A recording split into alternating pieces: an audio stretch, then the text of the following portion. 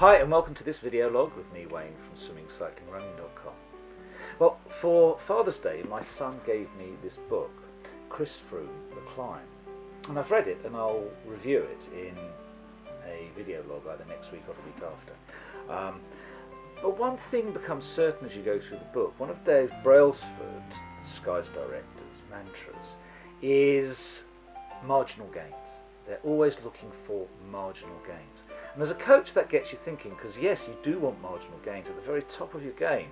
A marginal gain can be the difference between winning and losing. And that is important to a professional sportsman. But together with marginal gains, there has to be a marginal cost. There has to be a cost for that gain that either can be worth paying or needn't be worth paying. And Chris Froome doesn't really go into that cost within the book. And I'd like to do that now. What I'm going to do is I'm going to go over to the computer and I'm going to show some videos of swimmers doing tumble turns from Hartsmith Flyers and look at the possible marginal gain that we could get. From that, then we'll come back and discuss it a little bit further. Okay, so we're going to have a look at a reasonably good swimmer called Sophie coming into a turn. Remember, marginal gains are really useful for good swimmers and athletes. They're not so good for not so good athletes, because obviously a not so good athlete doesn't need marginal gains, they need quite high gains. Now, this picture here where we've stopped it as Sophie's on the wall, there's two things we can gain from. The first thing is look at the shape of her back. It's very much a curve. And that curve, as she pushes off, it would be nice if those feet were more level and together. But as she pushes off, there's only one direction really her body can go, because she's dragged her head past her arms. And that is going to tend to lead her in a downwards direction. You can see that's exactly what happens. She's going downwards. Now that means she's a long way from the surface of the water. She's doing a front crawl turn. She's going to turn, then she's going to have to get to the surface. There we go. She's just beginning to turn, but she realises she's quite deep in the water, and so we now have an angle in the water that is not particularly useful. What we want is a straight line to the surface if we could possibly get it, meaning she's now trying to push herself out the water early, which has slowed her down. Clearly we don't want to slow down if we want the maximum speed for our swimmer in the water. Okay, we're just going to check. This is Sophie again doing a backstroke turn. You can see that's a classic turn into a backstroke, and bang, we're again on the wall, and we can still see this curve in the back.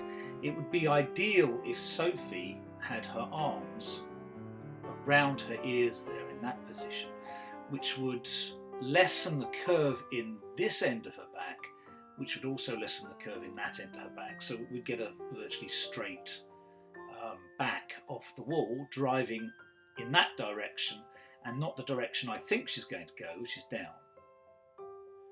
And there we go. You can see she had to really bend her back there. You can see that's angled downwards, and that's the only place you can go, leading away from the surface.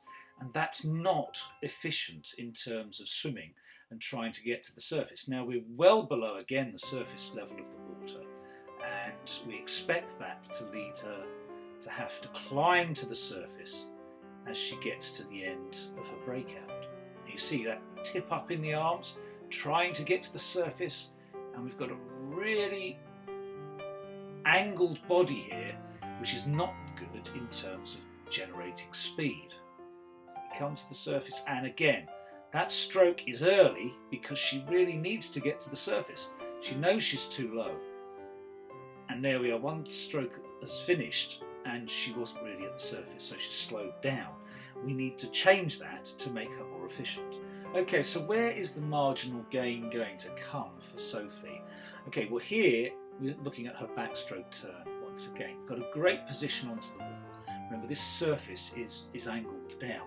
So the direction she wants to push off is that direction there, whereas she's pushing off in that direction there. And all we've got to do that is pull Sophie's head so that her arms are wrapping round her ears. Now if we do that and straighten out her back, we'll be going in that direction, and nothing can stop us going in that direction. The marginal cost to this is virtually nothing. We're just shifting where our arms are and how we hold our back as we drive off the wall. So instead of driving down, we want to drive along the surface without this V shape in the body, just a straight shape in the body.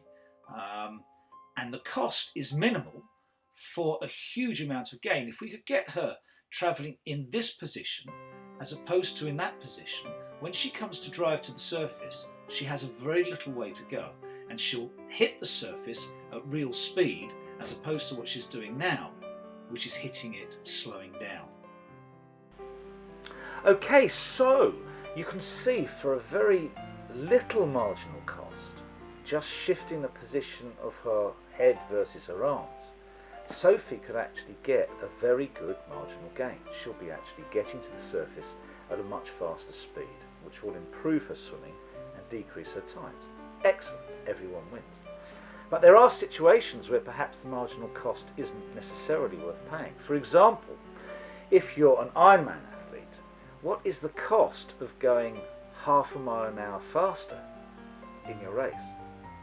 If the cost is that I'll run out of energy during the run, that cost isn't worth paying. However, you can always plan to meet that cost. And how do you do that? Well, by increasing your VO2 max, by increasing your VO2 max, that's velocity of VO2 max, which will improve your aerobic enzyme uptake, your mitochondria in your muscles, that you can deliver more oxygen, and your neural pathways. By increasing all of those during the season, your marginal cost on race day will actually be less. And so long as you plan to mitigate that marginal cost in your training, you should be okay. But if you haven't, that marginal cost during race day just will be too much to pay, because you will run out of energy.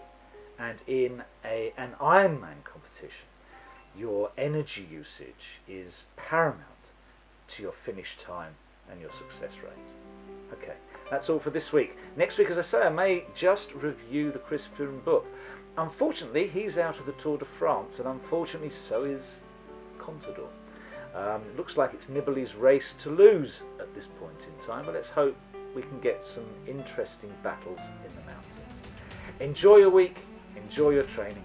I'll see you next time.